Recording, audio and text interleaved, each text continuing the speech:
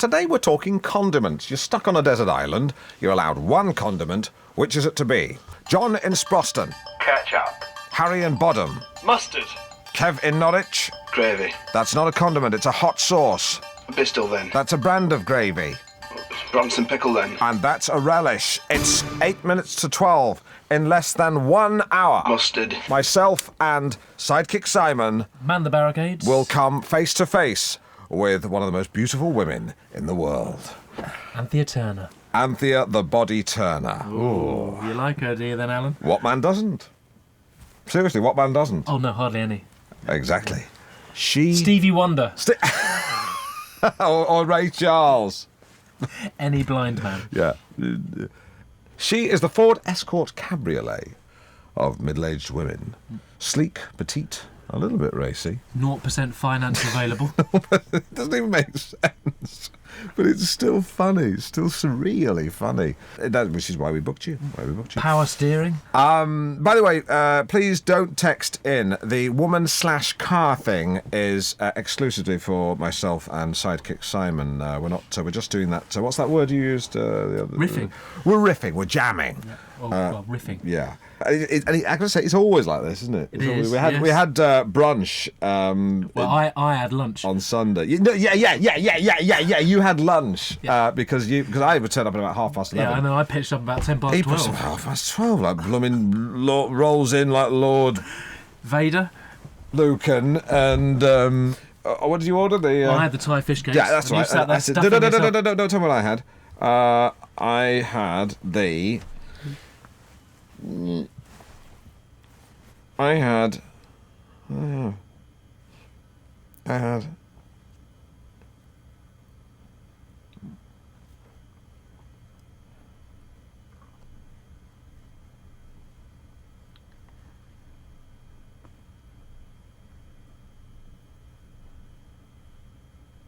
Can't remember. You're listening to Norfolk Digital with Alan Partridge. No, it's gone. You right, Alan? Yeah. Yep. Thought I'd lost you there. Away with the fairies. There's only one fairy in here. Yeah, I'm looking right at him. Hey, you cheeky tit! This is great banter. It really is. So anyway, there we were having lunch, brunch. Call it. What do you call lunch and brunch when they're combined? What's the blunch? Is it a blunch?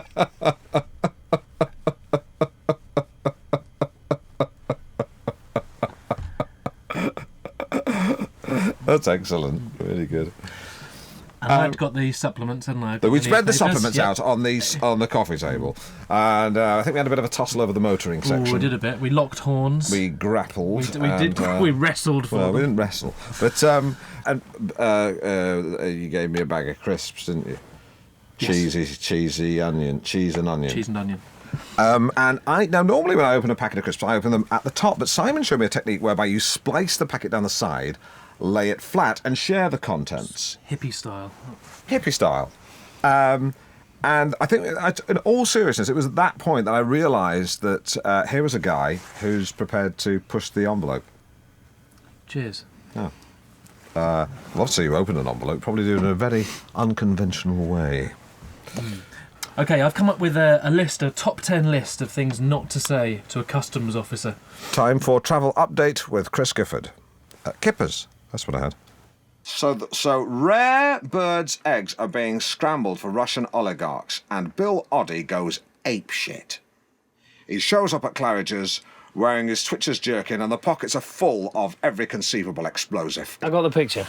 He walks in to the buffet area, the breakfast buffet. People turn round. They say, "Isn't that the man from Springwatch?" Someone else says, "Wasn't he once one of the goodies?" "Yeah, not anymore. Now he's a baddie." Seconds later, carnage. Oddie is like a bearded Catherine wheel scything through the crowd. Ironically, the oligarchs wearing the leather jackets are protected from the worst of the blast, but an innocent couple from the northeast on a city break are vaporised. Sorry, are you asking me a specific question? Yes. And that question is if an RSPB neo-fundamentalist, was radicalised. Oddie sacrificed himself. Yeah. The rest of them holed up in Wookey Hole, and I was sent to neutralise the threat. Yeah. How would I proceed? Simples. Really want to know? Yeah. Let's hear it. Hand-to-hand combat, commando style.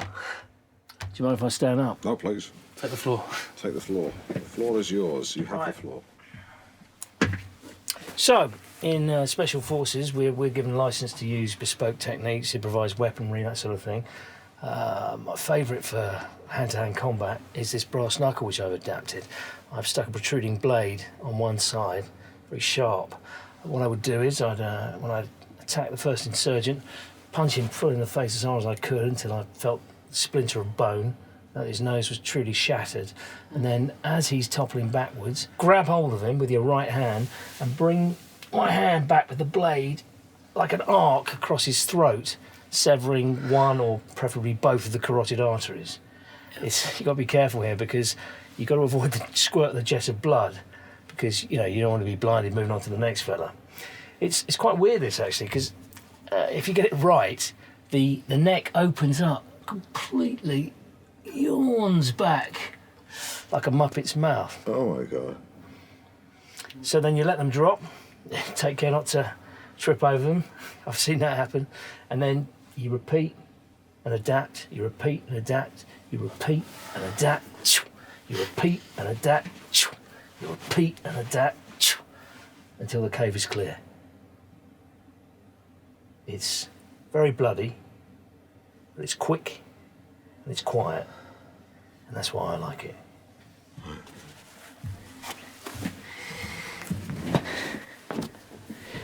Any questions? No? Yeah, which Muppet? You rejoin us on Mid-Morning Matters. Tommy Gaskell, survival expert, still with us. And on line 2, we have Sophie. Sophie, what's your tongue twister? Did that man hurt the Muppet? No, love, he didn't hurt any Muppets. He simply dispatched some terrorists from a radicalised RSPB in Wookey Hole. It was simply that when he slit the throats of the bad people, they resembled the mouths of Muppets. Hope that answers. Did they get better? Did they get better? We cleared the cave. No one survived, Sophie. He cleared the cave. And when the man hurt the other men, did the man feel bad? Did you feel bad? It's my job. No, he didn't feel bad, Sophie. Now, before I tie a belt round your upper arm, slap your vein and inject you with a pure dose of Genesis, I have to say I am being harangued into throwing my own hat into the ring for Norfolk's greatest person. So in I go. This is unbelievable.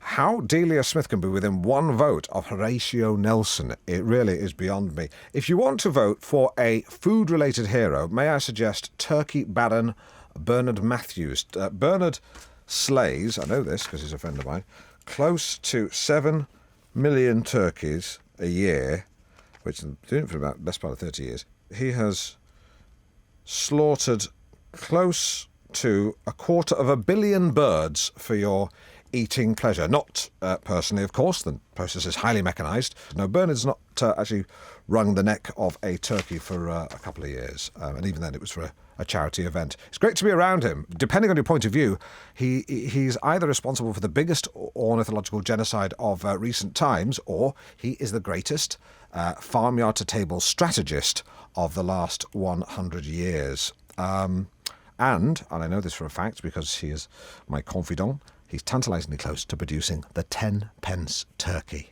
What a thought. He's actually showed me around his factory recently. He very, very liberal of him. He said, you can go anywhere you like, Alan.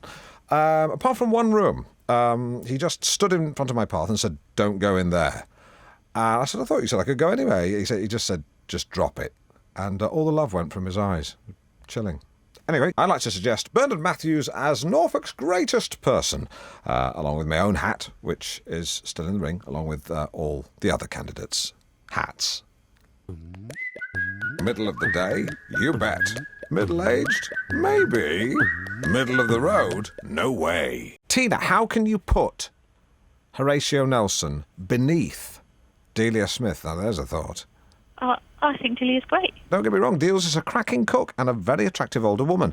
But Nelson masterminded the defeat of the entire French and Spanish navies before being shot in the neck and subsequently kissed. Well, okay, but could he cook a good spag bowl? Oh, well, you know, you're being humorous, which is fine. No, I'm being serious. Well, people only abbreviate when they're being jocular. You said spag bowl. Say the full words. If you're going to take this seriously, say them. Say it. Spaghetti bolognese. Thank you. Let's wrap this up. I think it's run its course. We'll look at the results for Norfolk's greatest person. My hat's in the ring. Actually, I'm going to take my hat out. There it is. It's a tie, a dead tie between Oliver Cromwell and Horatio Nelson, exactly as I predicted. Why do I bother? That's rhetorical, by the way. Please don't text in. I know why I bother. But I'm not prepared to go into that now, because right now it's time for Surname Mastermind. Hello, Chris, on line 1. Are you there? I'm there, yes, I'm here. Chris, are you ready to play Surname Mastermind? Yeah. OK, here we go. Cheryl, Ashley. Cole. Correct. Simon, Yasmin. Le Bon. Correct. Michael, Shakira. Kane. Correct. Rod, Alana. Hull. No, Stuart. Dave and Samantha. Cameron. Yeah, that's right.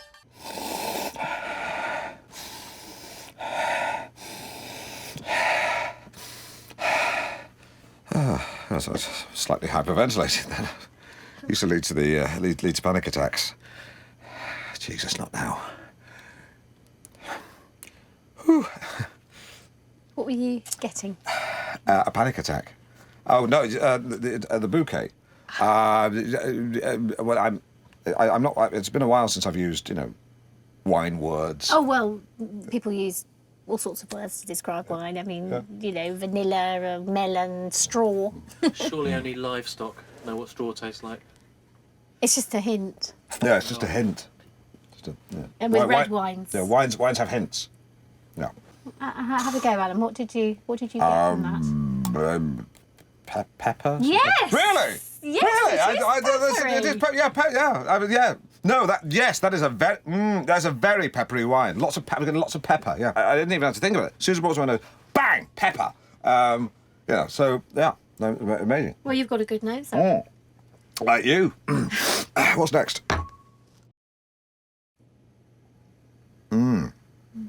That's a very now that's very familiar.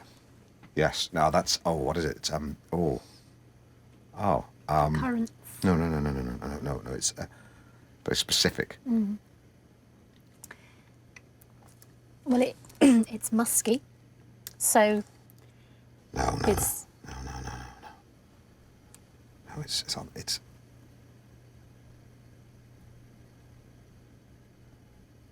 berries. No, the Rosie, that's wrong. Sorry.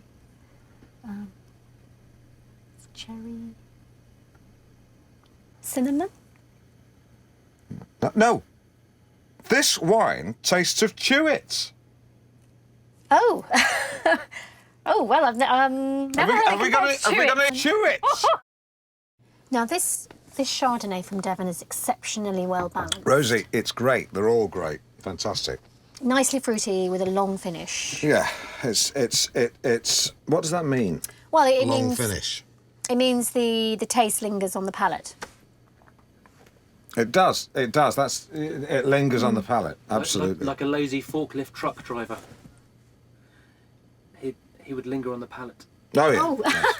Yeah. Not bad. Keep talking. Well, so it lingers on the palate, and the taste, therefore, will. Oh, Right, you all right? Yeah, that's just this thing. Oh. Here. There we go. Just. No problem. Just go on. So what were you saying? So is that taste lingering for you? Yeah. I can still taste it. Definitely. Yeah, still there. Well, you will. You will for some time. Yeah, it's got a. Still there. Yeah. I mean, we can't wait till the flavour goes before we carry on the conversation, because it's because it's a long finish. It will be there for some time. No, it's gone. So, cheers. Anyway, which of the wines did you like best, Alan? I'm curious to know. Which is the most... What are the prices individually? Bottle to bottle. Right, well, this one here, this is £6. This is £8.95, and this one's quite pricey. It comes in at £12. That one is the one I think had the best flavour. Yesterday's quick-fire phone-in only yielded 3 calls. My mistake. I think panel beating was too narrow a topic. So today we're going to open it out with the question, what is the best thing? What's the best thing of all? So far we've got Sky Plus, a cup of Brazil nuts, that was amusing, livestock, valid, and wet wipes. That was a fascinating call from an elderly lady in Hempton. Let's have some more. Line 2. The first smile of a newborn. Ah, who could not like that? Who could not like that, though? Herod. Yes, Herod. That's right. He was a baby killer. He enjoyed... Yes, he killed lots of babies. He did. We don't like him. Line 4, Sean. Oh, it's got to be. It's got to be your radio show, Alan. Oh, yeah. I have no need to... You've saved me a lot of money on toilet paper now because you've already done the job for me, as it were. Your arse licker. Yeah, all right. Well, obviously that's the implication, you know. Line 6, Stuart. It's sliced bread. What about sliced bread? Sliced bread is the best thing, isn't it? 'Cause that's what people say. They say it's the best thing. Yeah, but sliced bread is. Well, that's a phrase, but it's not actually the best thing, is it? Can I have a T-shirt?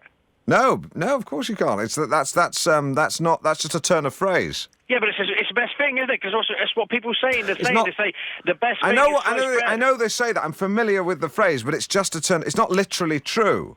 Then why do people say it? Of course Because it's true. It's not. Sliced bread is the best thing. It's the best thing. It's stop. sliced bread. If you keep saying it, Stuart, it's not going to make it any more true. We all know the phrase, we mate. We all know the phrase. It's just an idiom. You're an idiot. No, an idiom, not an idiot. You're an idiot. No. You're an idiot for not knowing what idiom is. It's clearly confused you because you think I've just substituted the T with an M. You stupid gim. You momal mwam. What you got? Maybe that. You're a compleem cunm. Well, I think you're a prick. Right, get rid of him. Sorry about that. I should have knocked him off more quickly. I wasn't quick enough. I apologise. And a dick. Shit. Right. Right, well, he's gone now, but I'll continue to speak my mind about him. Stuart, I've got to say, I think the Clifton Suspension Bridge was built for people like you. The fact that you can drive cars across it is a bonus, so do the decent thing. And leave the keys in your car so someone can shift it afterwards. And please don't call in saying I'm encouraging people to kill themselves. Again? Yeah. I'm suggesting that one person throw himself off Clifton Suspension Bridge because he is, and hopefully soon to be was, a very unpleasant individual. A bit like Jamiroquai. Now it's time to return to Alan's sad stories.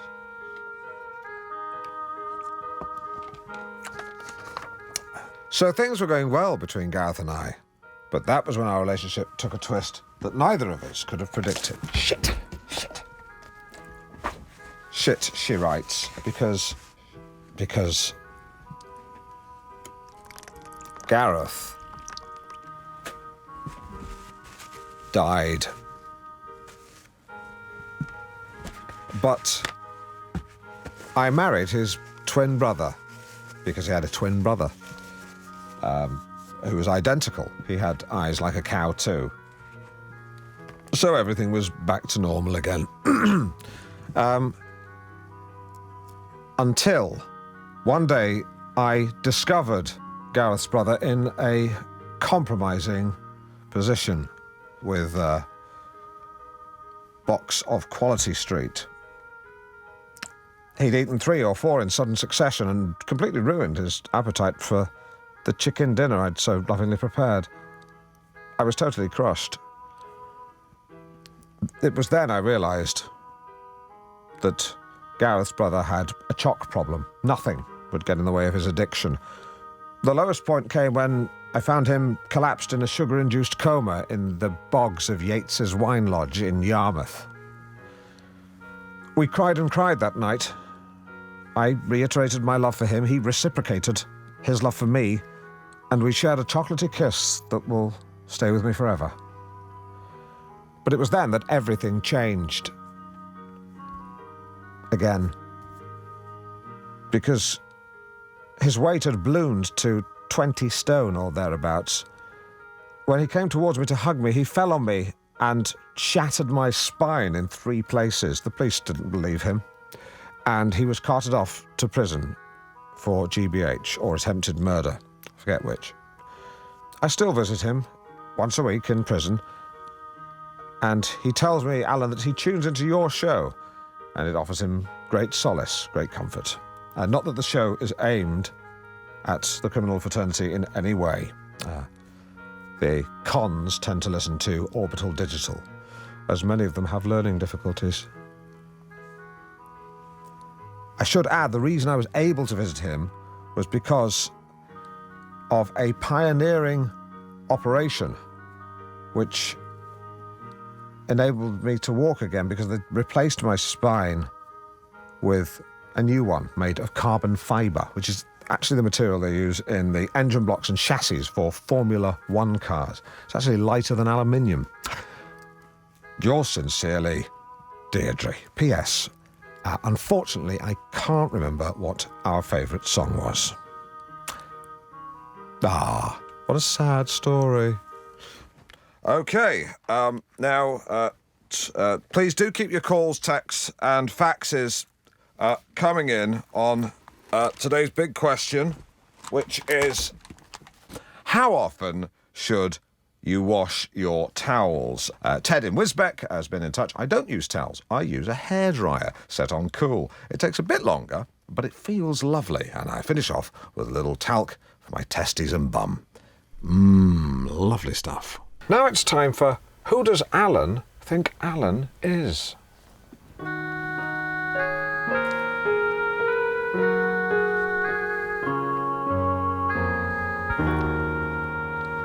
Who do you think you are? Just to explain, the sense of that line was not properly explained to the voiceover artist before she went into the booth. By the time I find out, she was already in a cab. Complete waste of 30 quid. She sounds like she's been touched on a bus. My main guest today is one of the genealogists from BBC One's Who Do You Think You Are? Please welcome Henry Spring. Hello. Our journey begins with your great-grandmother, Annie Partridge. Do you remember her? I do, Granny Annie. She died when I was a toddler. She used to make me chucky egg. Egg and butter chopped up in a bowl. You can add that to your files. Send it to the boys at WDYTYAHQ. Who do you think you are, headquarters? Well, like many women of her time, she was a stay-at-home mum, wasn't she? She was unemployed, yes. But what you might not know is that if we delve one generation further back, we find she had an aunt who lived quite near here, so that would have been your great-great-aunt. It's fascinating. Please tell me more. She lived in a semi-detached house in Sheringham at the very end of the 19th century. That must have been one of the first semi-detached houses in Norfolk. Not in Norfolk, but it may have been one of the first in Sheringham. But that's still fascinating. It sends a shiver down your spine. Do you want me to get you up? Rest in peace. Great-great-great-aunt. What's her name? We don't know, we just have the initial E. Rest in peace. Mrs. E. Was she married? We don't know that either. Oh, well, rest in peace, E. Partridge. What was the joke you were going to do? I was just going to say, shall I go and get you a hot water bottle when you said you had a chill in your spine? Oh, yeah. That's good, yeah. I think I was right to stop you there. Oh, yeah. Henry, I'm right, am I not, that my distant relative was involved in perhaps one of the most important pieces of town planning that Norwich has ever seen? Well, he worked in the Office of Town Planner. Changing what was Deering Square into what is now Deering Lane. They effectively made it a thoroughfare, yes. It's amazing. I mean, the number of times I've parked on that road. Never knew. I mean, I know it's loading only, but you park there after 6, they never get you. Right. I almost feel like crying. Certainly made getting into the centre of town that bit more straightforward. And the rest. If it weren't for Deering Lane, you'd have to come in on the ring road. I mean, it's just amazing that an ancestor of mine had to wrestle with that awful decision. I mean, on the one hand, the square gave people somewhere to sit, a respite from the frenetic pace of life in Norwich. And yet on the other, I mean, direct access to Hobbs Road must have been like the promised land to civil engineers, cutting journey times from the east half of the city in half. He was caught between a rock and a hard place. It must have been ruddy hard. I sent a shiver down my spine. Another one. That's the second one in half an hour. I almost feel like I should get a hot water bottle to reheat my spine. I love that advert. What giving them away. Okay, time for some more calls on... What is Alan firing his friend's air rifle into? That sound again. And again. Line 10, what am I firing my friend's air rifle into? A sandwich. Wrong, line 3. The future? Are you on an E? Line 6. Dunno. Did you call earlier? Yeah, I did. Unbelievable. Line 4. Chop, chop, the nurse is here. What the hell's all that about? No idea, mate. Seriously, what? might have something to do with me. Why? It's to do with something I did on the on Branning's show last night. Well, let's hear it. Move on. No, let's hear it. Move on. Let's hear it. Seriously. It wouldn't work now. No, you can't deprive the listeners of mid-morning matters. On this occasion, I think I should. Seriously, let's hear what you did. Really? Yes. Yeah. On, Okay. Well, so Carl Branning was under the weather, and he had some night nurse and some day nurse, and so the big joke was, which one should he take, because it's the night time, but he still didn't want to go to sleep. And then the callers started, it's like the later night, the callers are a bit more sort of zany, so they start calling in and with the other suggestions for nurses and people. And anyway, the point was, someone called in about a mental nurse, and then I basically was then a mental nurse for the next hour, just doing a stupid character about this nurse who kind of scuttles around the wards and is like putting milk into the drips and things, and she's just like toppling people out of beds, and I don't really.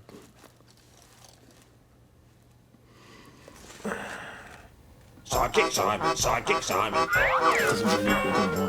Don't worry about it, honestly. Wait a minute. Have you seen Duck Soup and Mark's Brothers? Oh, yeah. You'd love that. You'd love it. Okay, time for traffic and travel. Traffic and travel. That was Alison Moyet again. And now for the final choice cut of Partridge on Partridge. Sounds like two birds copulating. Not now, mate. What about family? Got any kids? Yeah, I got a couple, male and female. Names? Denise, she's the female, and Fernando, he's the other one. Love them? Just a bit. Do they listen to the show? Yes, they do. It's not what they told me. You don't know. What would be your ideal evening? I'll tell you what it wouldn't be. Is having a pint of bitter with a traitor. Come on, Alan, give me a break. Who said I was talking about you? World doesn't revolve around you. No, I'm not saying that. You're not the moon. Yeah, I thought you said you weren't bothered. What about your favourite TV show? Deal or no deal, I'm not bothered. And why is that? Edmonds. You can do what you like for all I care. It's a free country, unless they change the law. What about a favourite war? The 100 Years. I'll tell you something else. Any reason? Pioneering use of cannons. You can make love to the guy for all I care. Bum time with Branning. That's been legal since '67. What's your greatest strength? You give a break to a lab assistant from Secondary Modern. Your biggest weakness? Repays you by taking 30 pieces of Branning silver. He's not paying me, Alan. It's a metaphor.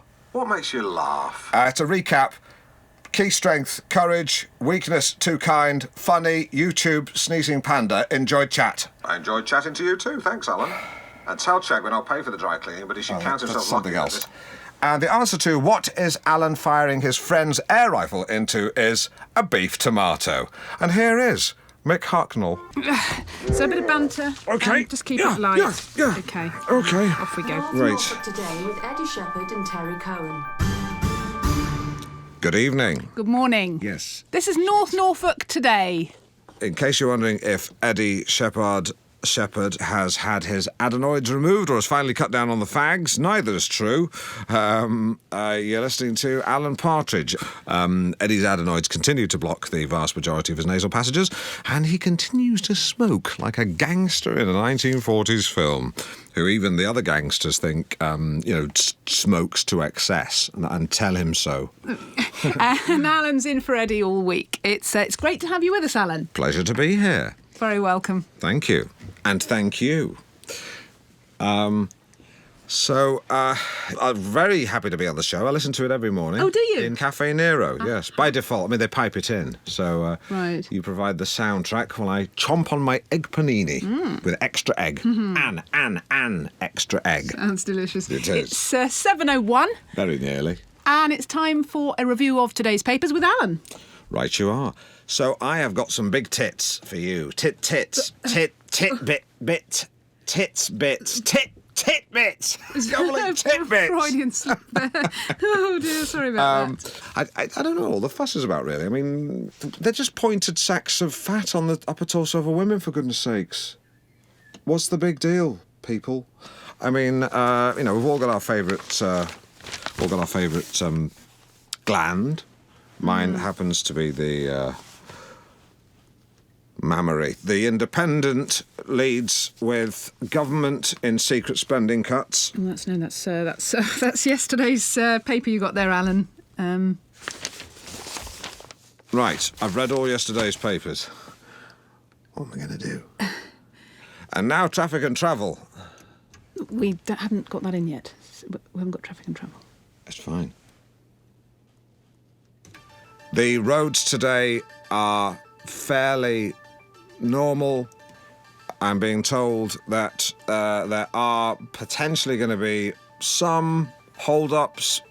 Nothing major, nothing that I can be specific about at this stage, but generally be vigilant, drive in a normal way, and stay tuned for more traffic updates. I hope that is helpful. The police also say to be careful if the roads are icy, but they're not suggesting they are at the moment, though they may be. Just keep your eye. Just drive sensibly, for Christ's sakes. 7:03. Well, it is now. Yeah. Alan, we're back on. With respect, councillor, I think our listeners will be more concerned about cuts to public services. Well, absolutely, Terry, and that's why we've set out proposals to ensure... Let me take it from here. Throw me the ball. Councillor, you talk a good game. I caught it, by the way. But I have figures that show that you plan to cut public spending. Are you talking about the raw figures or the figures adjusted for inflation? Yes. Well, the first or the second? The first. Well, for God's sake. In that case, that's wrong, because if you look at the figures, the actual spend has remained the same as last year, see? Yeah. No, I understand it. I'm just checking it. Well, it's there. Yeah, that's fine. Another area where we've seen a great deal of public anger is in council housing. Now, what is the proposal here? I meant the second. Sorry, I meant the second one. When you gave me the choice before, I meant the second choice where the figures are adjusted for inflation. Well, Alan, we've made no secret of the fact that we're not going to keep pace with inflation. In fact, it's one of the few issues that we have cross-party agreement on, so... Right. We've made no secret of the fact that we're going to have to make... Bus fares. I'm sorry? Bus fares. Have you not put up bus fares? As we said in our manifesto, we won't be putting up bus fares in any... Have you put up bus fares? Not in real terms. Have you put up bus fares? In line with inflation, we have had to keep pace... Yes or no? Have you put up bus fares? In our manifesto... Have you put up bus fares? We've only put up bus fares. Have you put up bus fares? Yes, but only in as much... Yes, but yes. Yeah. Thank you. If you want to see that interview back online and see me getting a politician to admit something slightly different from what they said earlier, and then saying, look, you said something slightly different from what you said earlier. No, completely misquoted. So 1-0. It's 10 a.m. It's just after 10 a.m. You have been listening to Alan Partridge with special guest Tory Bronwyn Matthews, who's... Tory councillor Bronwyn Matthews. Yeah, her, and what's your name? Terry Cohen. Terry Cohen. Get well soon to Eddie Shadow. Shepherd. Who I'm sure will get well very soon. That's rhetoric, not a prognosis. Right now, you're listening to Mid-Morning Matters with Alan Partridge. See ya. Take a cup of personality, pour in some chat, and drink up some good company. i.e. Mid-Morning Matters with Alan Partridge. Good evening, morning, afternoon. Who cares? Who gives a flying monkey?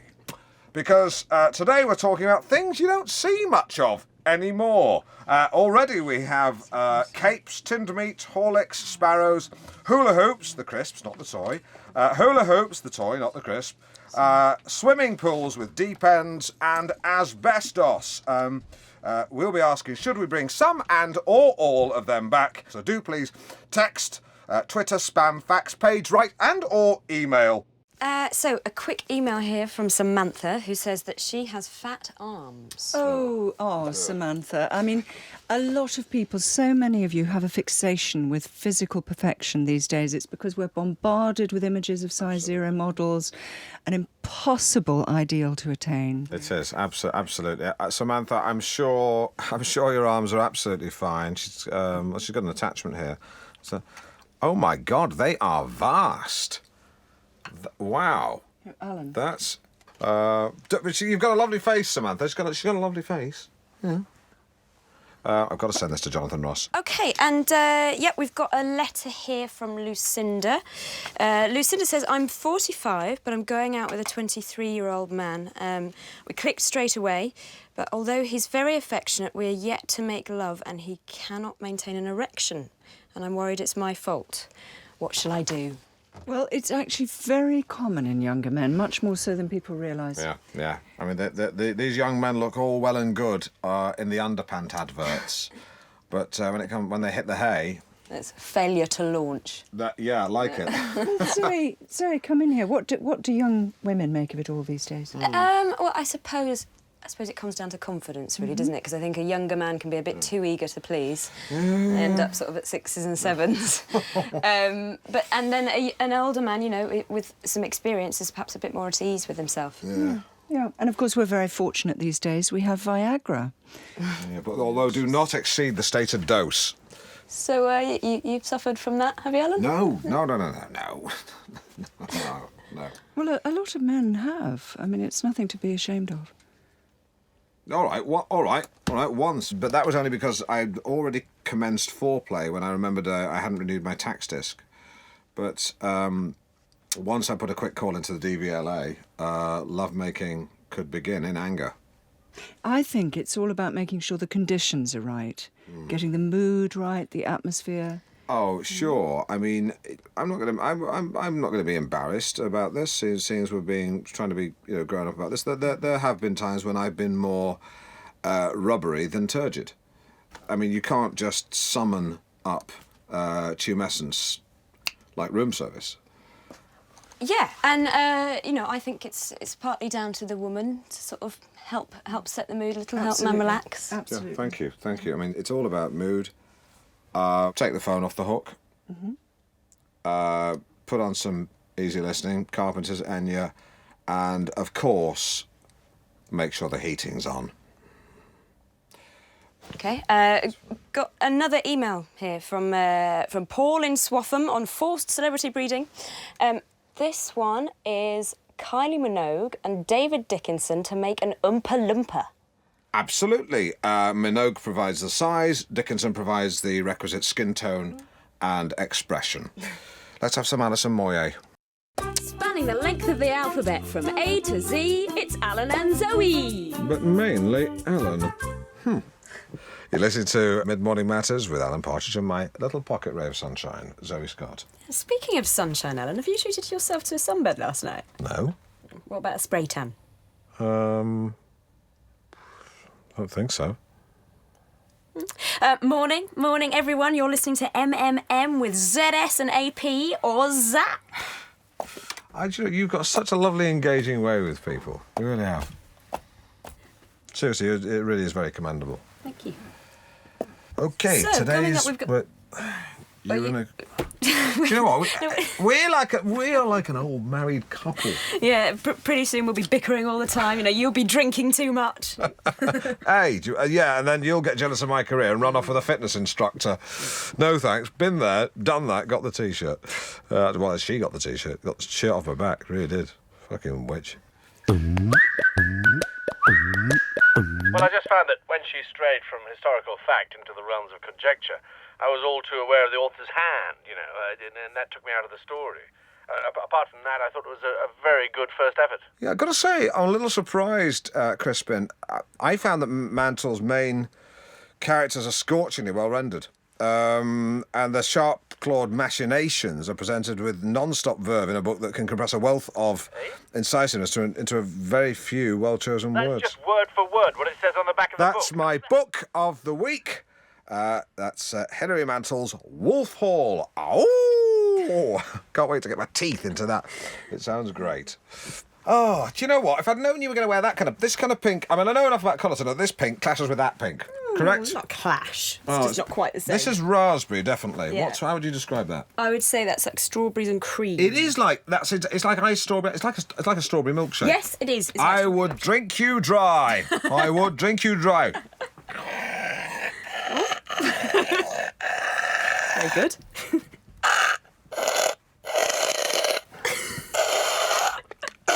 I'm down to your boots. Oh, God.